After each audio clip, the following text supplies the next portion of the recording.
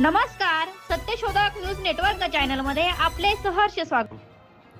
सर्वांना नमस्कार। मी आशिमा मित्तल, जिल्हाधिकारी जालना।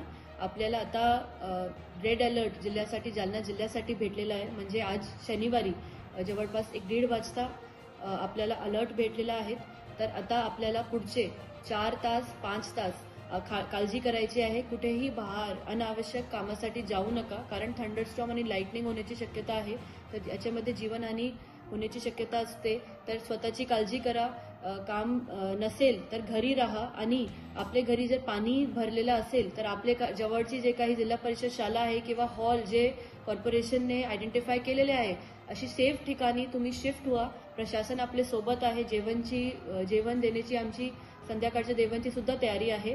हे बोलून मी सगळ्यांना सतर्क करू इच्छिते, आणि आपले सगळे लोकप्रतिनिधी माननीय आमदार खासदार साहेबांना सुद्धा कळवण्यात आलेलं आहे। त्यांचे पण सहकार्य तुम्ही घ्या। धन्यवाद।